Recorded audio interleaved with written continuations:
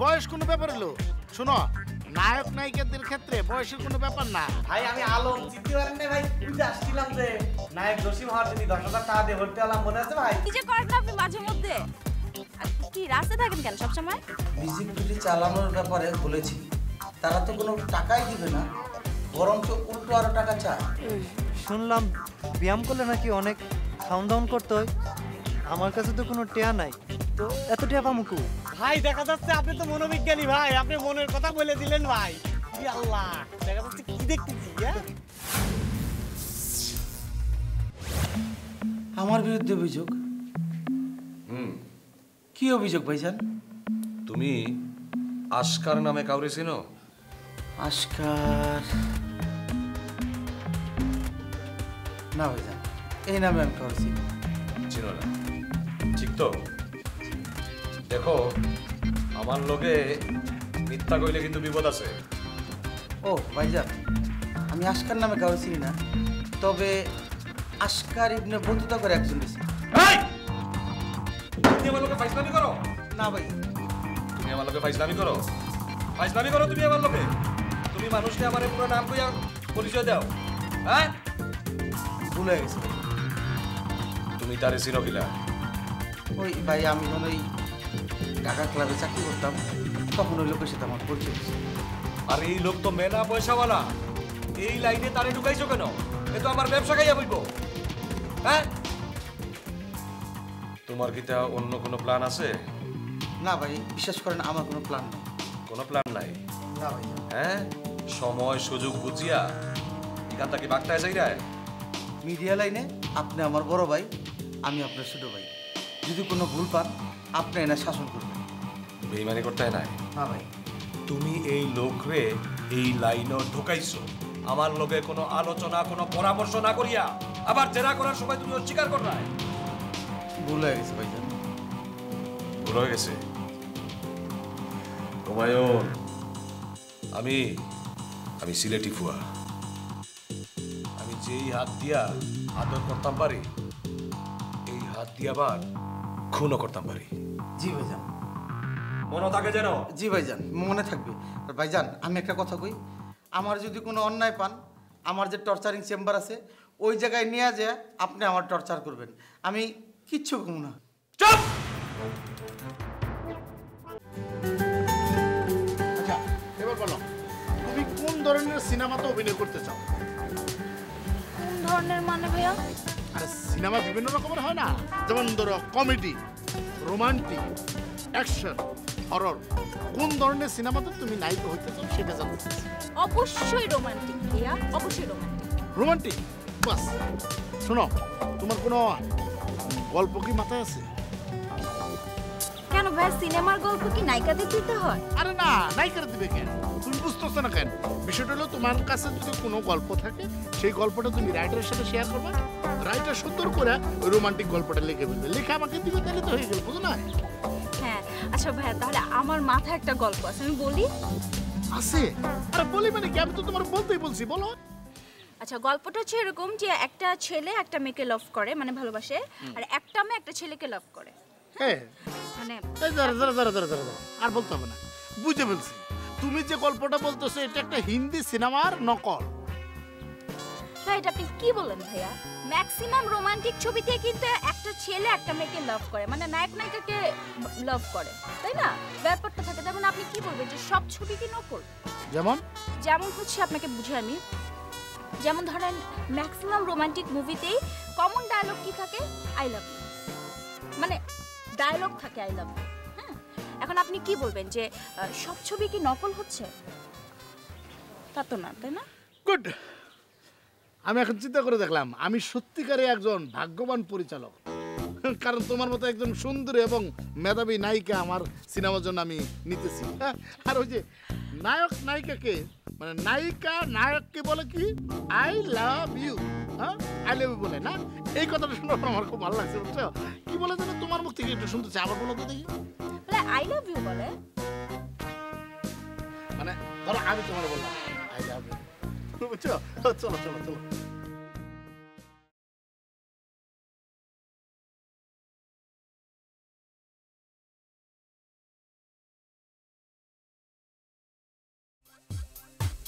বলছো চলো বের হই। ম্যাডাম একটা কথা। কি কথা? ম্যাডাম আপনি বডিগার্ড ছবিটা দেখছেন না? হ্যাঁ তো না ওই ছবিটা তো অনেক সুন্দর। হ্যাঁ সুন্দর। ওই ছবির নায়ক আছে না সালমান খান, ও তো দেখতে অনেক সুন্দর। হ্যাঁ সালমান খানরা অনেক সুন্দর লাগছে। তো কি হইছে? না নায়িকাটাও তো অনেক সুন্দর। হ্যাঁ নায়িকা অনেক সুন্দর, তো কি হয়েছে এখন? ছবিটা কিন্তু অনেক ভালো লাগছে। ওদের জুটিটা অনেক সুন্দর হয়েছে না ম্যাডাম? হ্যাঁ জুটিটা অনেক সুন্দর, তুমি কি বলবা? না ম্যাডাম, আমিও তো আপনার বডিগার্ড। হ্যাঁ ম্যাডাম আমি দেখতে সুন্দর না? হ্যাঁ তুমিও দেখতে অনেক সুন্দর, এর জন্য তো তোমাকে বডিগার্ড রাখছি। আর কিছু বলবা? না ম্যাডাম কিছু আর নেই, চলেন যাই।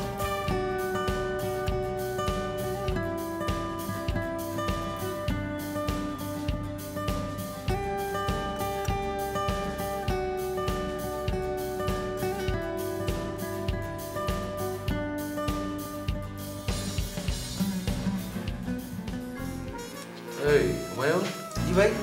তুমি টাকা কয় পকেটে রাখছো? আপাতত ভাই 3 পকেটে রাখছি। 3 পকেটও? জি, অনেক সময় 5-6 পকেটও রাখি। তার মানে কি, তা তুমি টাকা গুছাই রাখতে পারো না? না ভাই, বিষয়টা বলি, এক পকেটে টাকা রাখা অনেক সমস্যা আছে। সমস্যা কিটা? সমস্যা হলো গিয়ে, দেশের অবস্থা বেশি ভালো না, চারিদিকে ছিনতাই, পকেট মায়ের এক উপদ্রব।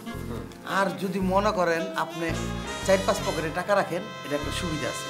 বাহ, আর কিটা সুবিধা আছে? সুবিধা হলো, ধরেন আপনার ছিনতাইকারী ধরলো, আপনি এক পকেটে বাইর করে দিয়ে দিবেন, চলে গেল, বাকি 4 পকেটের টাকা সেভ। মানে এক পকেট থেকে নিলে আর বাকি সব পকেটের টাকা থাকবো? জি। বাহ, বুদ্ধিটা তো ভালো। আবার ধরেন পকেট ভাই, ও কিন্তু একটা পকেটেই 2 আঙ্গুল দিব, এক পকেট খালাস করে যাব, বাকি পকেটগুলো সেভ। এই চিন্তা করে আর কি আমি 3-4 পকেটে টাকা রাখি। হুমায়ুন, তোমার মাথার তো ভালো বুদ্ধি আছে। সব আপনার দোয়া, আপনার সাথে এতদিন যাবত আছি, এটুক বুদ্ধি না হলে কেমনে চলবো বলেন? ঠিক আছে, কত টাকা আছে কেন? এখানে আছে আপনার 12,000, 4, 16, 6, ওই 495, 22,495। 22,495? তাহলে এক কাজ করো, তুমি শফিকুলরে খবর দাও। ওই যে সাকিব খানের অ্যাডভান্স দেওয়ার কথা আছে না, শফিকুল আইলো, আমরা টাকা দিতে পারলাম না, ঠিক আছে? জি, জি। দিতে পারছি, কেশো টাকা আছে না, তুমি আজকে শফিকুলরে খবর দাও, সাকিব খানের অ্যাডভান্স টাকাটা দিলেই এর থেকে। আচ্ছা ভাই, খুব ভালো কথা বলছেন। ঠিক আছে, ফোন লাগাও। তো কথা হইলো কি ভাই, শফিকুলের না হয় 10,000 দিলাম, আর ওই যে আমাদের মিউজিক ভিডিওটা আছে না, মিউজিক ভিডিওর চালু করা দরকার। মিউজিক ভিডিও মানে তো কত টাকা চাইছে? ওই গান প্রতি 5,000 টাকা দিতে পারে। প্রতি গানে 5,000 টাকা? জি ভাই। তাইলে এক কাজ করো, আপাতত একটা গান দাও। একটা গান? ভাই কাম করবেন, ওই পার্টির গানটা দিয়ে দিন। ওই যে খালি ডিস্টার্ব করে, আয়া কয় আমার গান কবে হইব কবে হইব এরকম করে। তার গানটা দিয়ে। আরে কিটা করবে, একটু আগে তোমার বুদ্ধির প্রশংসা করবে, আর এখন তোমার মতো কথা বলি যায়। এটা কি করবে? যে ডিস্টার্ব বেশি করে তার গান দিবাই না, যে ডিস্টার্ব করে না, যে বদল তার গান দিবে, ঠিক আছে? আর দেখি আর কত সময় ডিস্টার্ব করে, আর রেট বাড়াইবো আমরা, যত ডিস্টার্ব করবো রেট বাড়াইবো, ঠিক আছে? ঠিক আছে ভাই। এটা দিয়ে টাকাগুলা কেসে রাখো। জি জি ঠিক আছে ভাই, টাকাগুলো আমি ক্যাশে রাখতেছি, আর শফিকুল একটা ফোন দিয়েছি। ফোন দাও।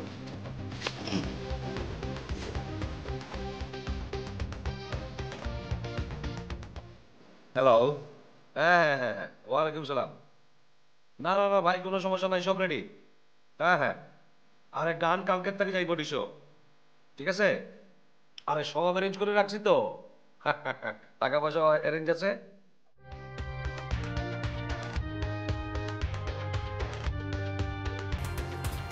এই আইটেমটা এখানে কেন? ও আমার সাথে এসেছে। কেন? ওর কাজ হলো আমাকে প্রোটেক্ট করা। প্রোটেক্ট করা? বাহ,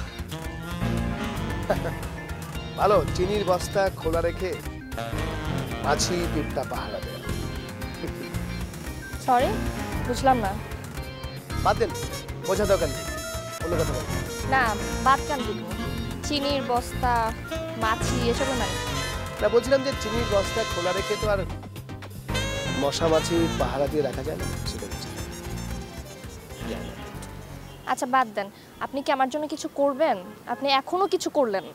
আমি তো বললাম তোমার কাজ হয়ে যাবে। কবে হবে? আমি কবে ফিল্মে কাজ করব? কার ছবিতে কাজ করব? অপেক্ষা করো, আমার ছবিতে কাজ করো। আপনার? ইয়েস।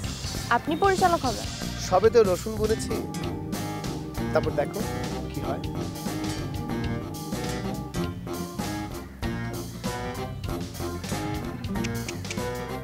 ঘুরে দাঁড়াও, বলো এই আইটেমটাকে একটু ঘুরতে বলো তো। একটু ঘুরে দাঁড়ান। এত স্লো হলে হবে না, নড়াচড়া করতে তো জল ভাস্তির মতো শুরু হচ্ছে। শোনো, তোমার সুইটনেস যেটা আছে সেটাকে আমি খুব সিম্পলি গেলে ফেলিয়ে ফেলতে।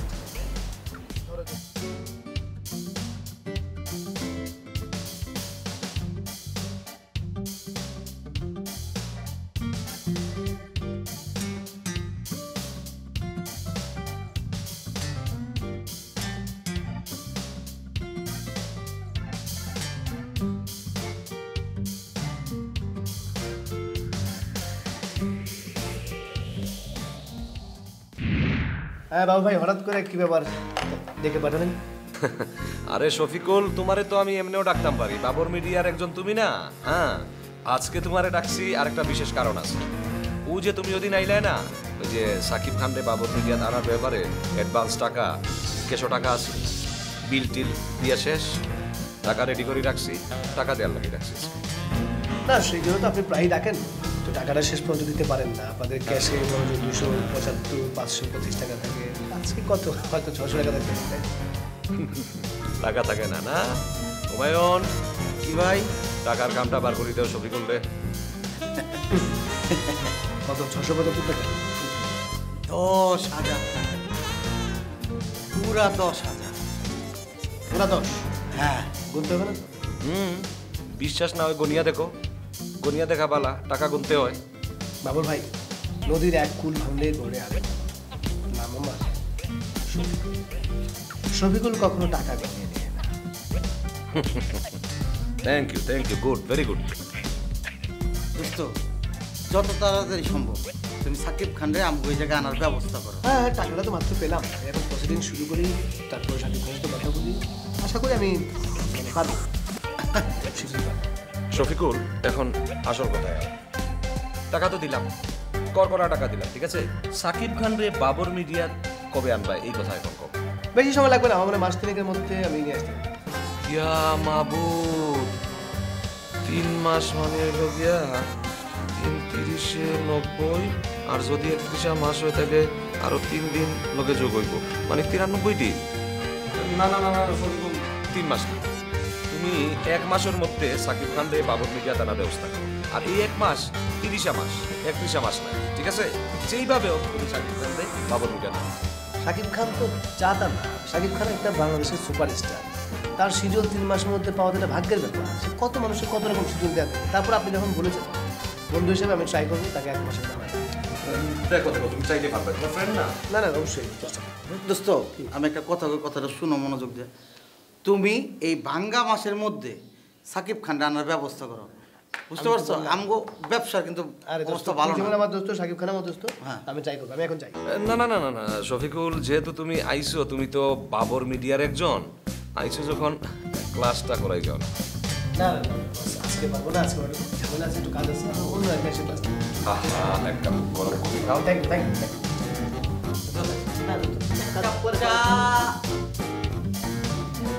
তোর চাপলি জিনিস দেখছো, ক্লাসটা করাই যাও। আচ্ছা জি ভাইজান, তোমার কথায় কিন্তু 10,000 টাকা দিছি করানো, ঠিক আছে? কাজ হইব তো? সাকিব খান বাবুর মিডিয়া দাইব না হবে, 100% হবে। ও যত কাজ হাতে নেয় কোনো কাজে ফেলিওর হয় না, সব কাজ সাকসেসফুল। নাম তার শফিক। দেখিও তোমার কথার উপরে নির্ভর করিয়া কিন্তু বিশ্বাস করিয়া আমি টাকা দিচ্ছি। আর যদি কাজ না হয় তাইলে মাংস কিন্তু তুলি ফেলাই দিই। ভাই আপনি 100% নিশ্চিন্ত থাকে। ওরা আমি বলছি না এই মাসের মধ্যে আনতে, এই মাসের মধ্যে নিয়ে আসবে। আরেকটা কথা বলি, নদীর এক কুল ভাঙলে পরে আরেক কুল, নাম তার শফিকুল। ঠিক আছে দেখি।